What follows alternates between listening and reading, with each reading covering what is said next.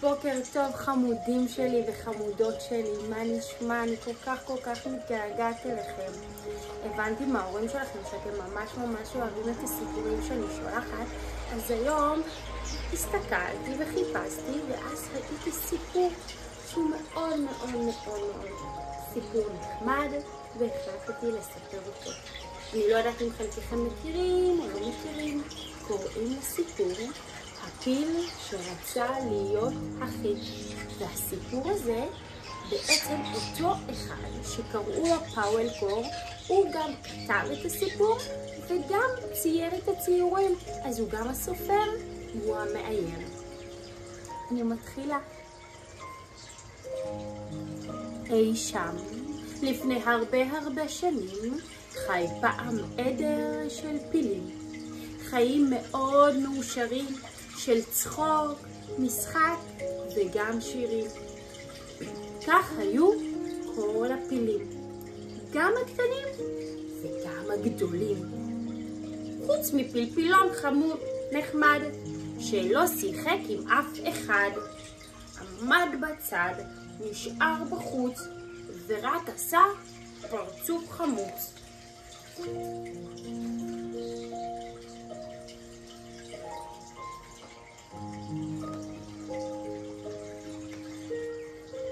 מול הרעים כל יום עמד אותו פילון קטן נחמד, נאנח והתלונן. אוי, רע לי, מר, אני מסכן. תראו איך פאוול קור שם סוג של מראה.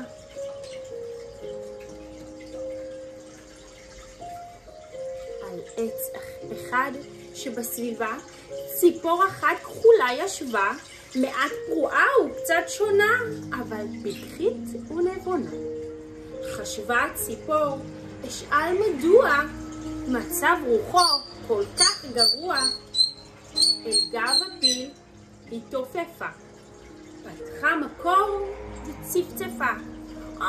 פילוני פיל, מה קרה?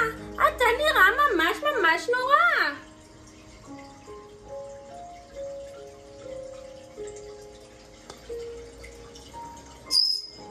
פילוני פיל ענה בבכי, רוצה אני להיות הכי יפה שבעולם. מהפילים כולם, כי כל העולם הוא צבעוני ומי אפור ועלוב? אני. מה? השתוממה ציפור. מה בצבע אפור? זהו צבעם של הפילים, של הקטנים ושל הגדולים. כי האפור מן הצבעים הן לפילים מאוד מתאים. לא, פילוני אז אמר. אפור אולי הוא נהדר, אך לא אסכים, כי אני רוצה להיות רק צבעוני.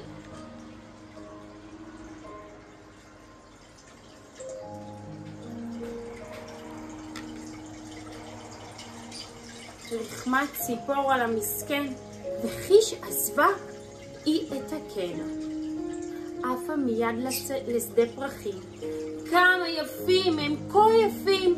פרחים אמרה, תוכלו לתרום מעט ירוק, מעט כתום, אולי צהוב וקצת כחול, בשביל פילוני המסכן אשר צבעים בכלל לא אין. ואת הצבע האדום ביקשה ציפור מחיפושית שהזדמנה אל המקום.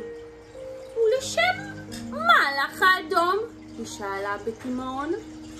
בשביל פילון, אמרה ציפור. הוא לא רוצה להיות אפור. מה משונה? החיפושית חשבה, אבל אתרום באהבה.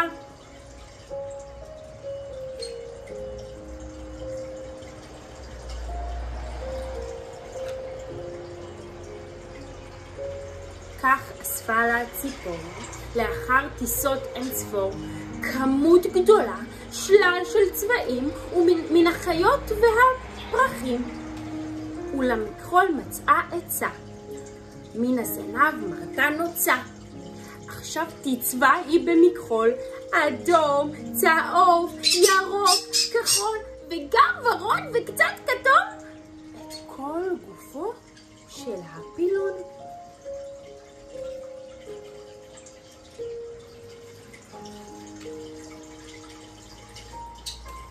שלא תזוז פילוני פיל, מבצע הצביעה עכשיו מתחיל. אצבע ראשית את כל הגב, כך מן החלק עד הזנב, אחר כך את האוזניים, ובסוף את הרגליים. עבוד מכחול, הגוף גדול. הנה, גמרנו את הכל. אתם מוכנים לראות מה קרה לפיל?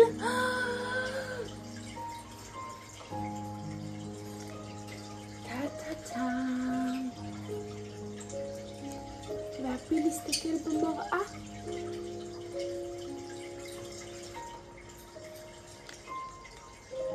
פילוני פיל כולו נרגש. מיד אל הראי ניגש. הוא הסתכל והתפעל, ואז הכריז בקול צועל, ראו כמה יפה אני, פילוני פיל צבעוני. תסתכל במראה ככה.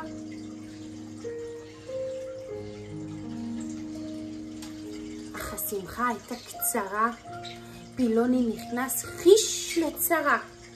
כשפילוני הגנדרן עמד מול הפילים כולם, במקום צועות ומחמאות שמע רק צחוק גדול מאוד. חי חי חי וחה חה חה וחי חי חי וחה חה חה. פילוני אתה בדיחה. כי עם כל כך הרבה צבעים רק לקרקס אתה מתאים. והפרצוף הצבעוני הוא של פילוני מוקיוני. לא רוצה, אמר פילון, בקרקס להיות מוקיון, והתחנן, אני רוצה להיות פילון פשוט אפור.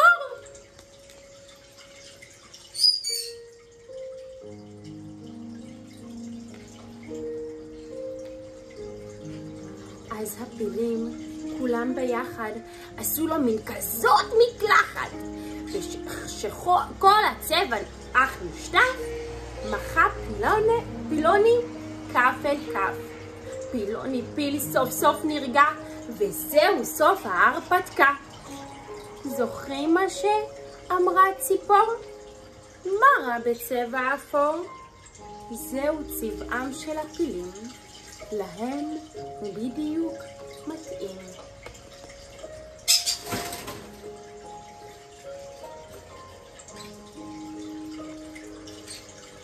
גן תפוח האהובים שלי, אני מקווה מאוד שנהנתם בסיפור. ותראו בסוף, מה שיש לנו הוא הכי טוב והכי מיוחד, וכל אחד הוא יחיד ומיוחד. אני אוהבת אתכם ושולחת לכם עוד פעם חיבוק ענקי והרבה נשיקות. אני אוהבת אתכם.